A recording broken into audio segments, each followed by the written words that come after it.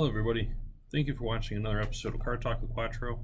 I'm James Quattro, and this week we're going to be talking Ford Bronco as well as other Ford rumors coming down the pipe. Let's start with the Ford Bronco. I have to say, as far as new vehicle launches for Ford go, I have never seen so few negative comments or reviews on a vehicle. People seem to love it, and what the biggest telltale sign that people love it is the fact that, according to Ford Executive, there's over 150,000 pre-orders. That's crazy, and a lot of people speculating say the number is actually closer to 230,000. That is a lot of orders in under a month. So let's talk a little bit about the Bronco. Obviously, as most people already know, there's two different trim levels. We're going to have the Bronco Sport, and we're going to have the Bronco 2-door and 4-door. Two completely different vehicles. The Bronco Sport is based off the Ford Escape, and the 2-door and 4-door is loosely based off of the Ford Ranger platform. Two completely different vehicles with two completely different purposes.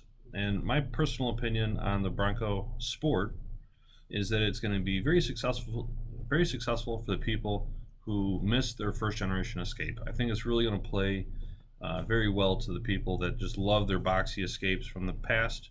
Obviously, the Escape has ventured far from that in its current generation. So I really do think it's going to be successful, and I think that's the kind of person that's going to be going after that especially. Now let's talk about the King, the Bronco 2-door and 4-door. Obviously, that is Ford's attempt to really try to win over the Jeep Wrangler customers and also the nostalgia of the previous Bronco owners of the past.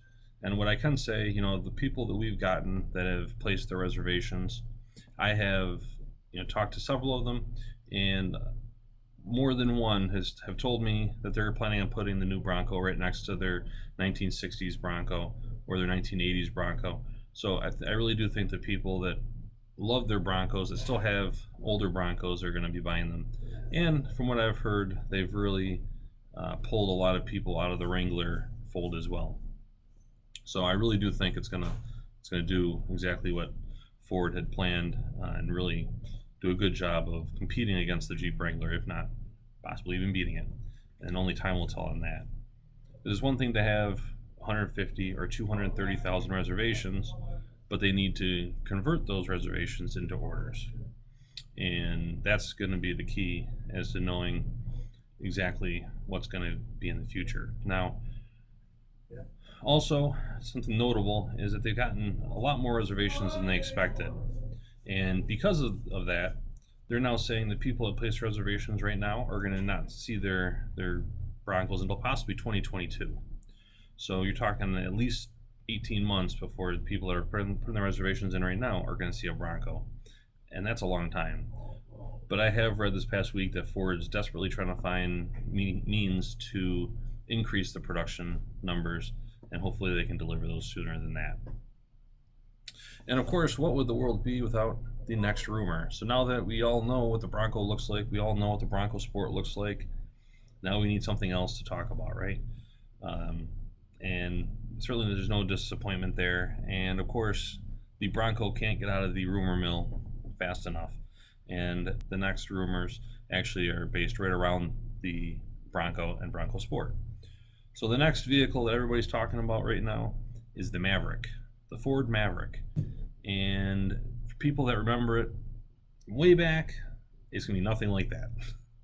The Ford Maverick is actually going to be a unibody pickup truck.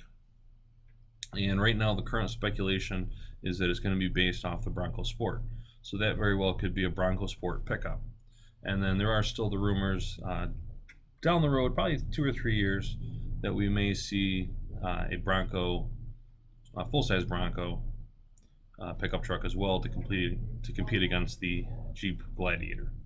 And I'm sure we'll see that as well, as Ford is definitely focusing much heavier on the the truck and SUV market, as they've pretty much completely pulled out of the car market, minus the Mustang.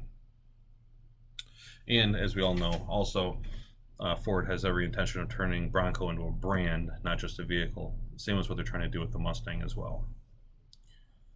And lastly, this week I do want to talk about another Halo car that is going to be coming out on the Ford end of the world, and that is the Shelby. And no, I didn't misspeak and say it twice. Shelby America is actually going to take a Shelby and make it a Shelby. Interesting. The two vehicles are going to be called the Shelby GT500SE and the GT350SE. And basically what they're going to do is they're going to take a GT350 and a GT500 and just make them even crazier. Very interesting. The GT500SE is claimed to have over 800 horsepower, as well as other aesthetic differences like a carbon fiber hood and an available wide body kit and several other things. And Shelby America is going to make 100 of each of these for each model year. So it's something that will be out there that you can get your hands on if you're lucky. So just in case your GT500 or GT350 wasn't rare enough, Shelby America's got you covered. So thank you for watching another episode of Car Talk with Quattro. I am going to try to make these weekly, bring back just talking about the rumor mill, talking about different things in the Ford world, and just tune in next week. And until next time, see you later.